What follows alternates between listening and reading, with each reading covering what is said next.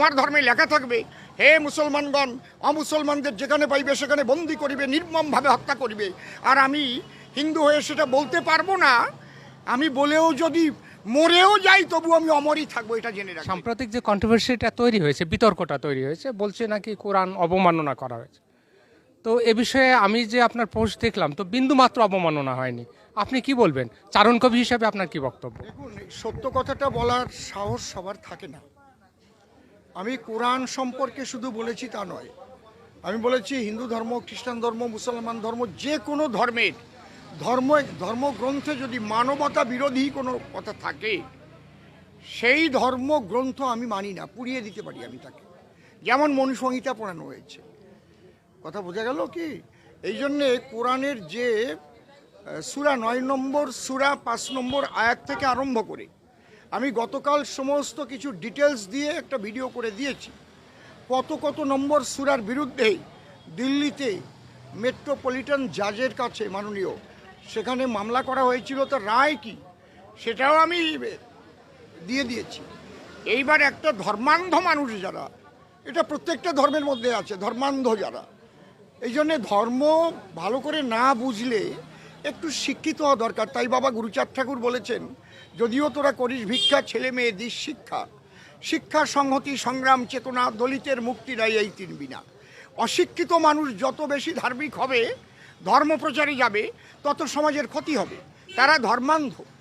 তাহলে ধর্মের সঙ্গে বিজ্ঞানের কিন্তু একটা লিঙ্ক আছে। বিজ্ঞান ভিত্তিক ধর্মটা আমরা যেন বুঝতে শিখি।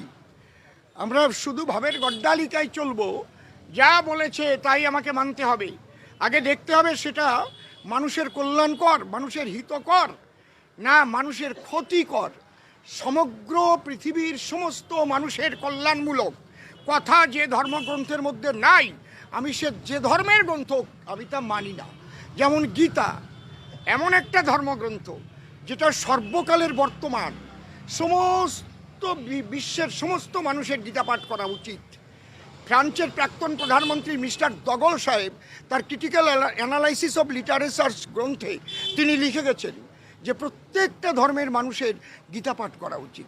কারণ কি, গীতা সর্বকালের বর্তমান এবং জীবন সংগ্রামে, চলার সংগ্রামে, কুরু মানে কি, কর্ম, ক্ষেত্র মানে স্থান, সেই কর্মক্ষেত্র এখানে চলতে গেলে যে ধর্ম অধর্মের যুদ্ধ চলছে, আমাদের দেহের মধ্যে চলছে, আমাদের ফ্যামিলিতে চলছে, আমাদের পাড়ায় চলছে, আমাদের রাজ্যে চলছে, আমাদের দেশে চলছে, সারা পৃথিবীতে চলছে, তাহলে কিভাবে চললে ধর্মের জয় হবে সেটাই বলা আছে গীতা। এটা সমস্ত মানুষের কল্যাণের জন্য। শুধু হে মুসলমানগণ, হে মুসলমানগণ, এ তো মুসলমান ছাড়া আল্লাহর, যদি আল্লাহর সব সৃষ্টি হয় তাহলে হিন্দুরা আল্লাহর সৃষ্টি না, খ্রিস্টানরা আল্লাহর সৃষ্টি না। তুমি বলবে স্রষ্টা হচ্ছে এই অনন্ত বিশ্বের স্রষ্টা আল্লাহ তাল্লাহ, তাহলে আল্লাহ তাল্লাহ আমাকে সৃষ্টি করেনি।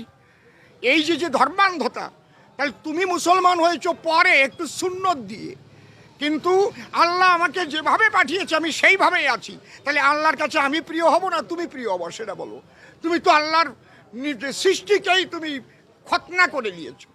আল্লাহ ভালো দুটো চোখ দিল, একটা চোখ কানা করে দিলাম, যা আমার ভাল লাগছে না একটা চোখ কানা করে। এটা কি ধরনের হয়? যা করে করুক গিয়ে, তাতে কোনো আমার আপত্তি। তোমার ধর্মে লেখা থাকবে, হে মুসলমানগণ, অমুসলমানদের যেখানে পাইবে সেখানে বন্দি করিবে, নির্মমভাবে হত্যা করিবে। আর আমি হিন্দু হয়ে সেটা বলতে পারবো না। আমি বলেও যদি মরেও যাই তবু আমি অমরই থাকবো, এটা জেনে রাখবেন।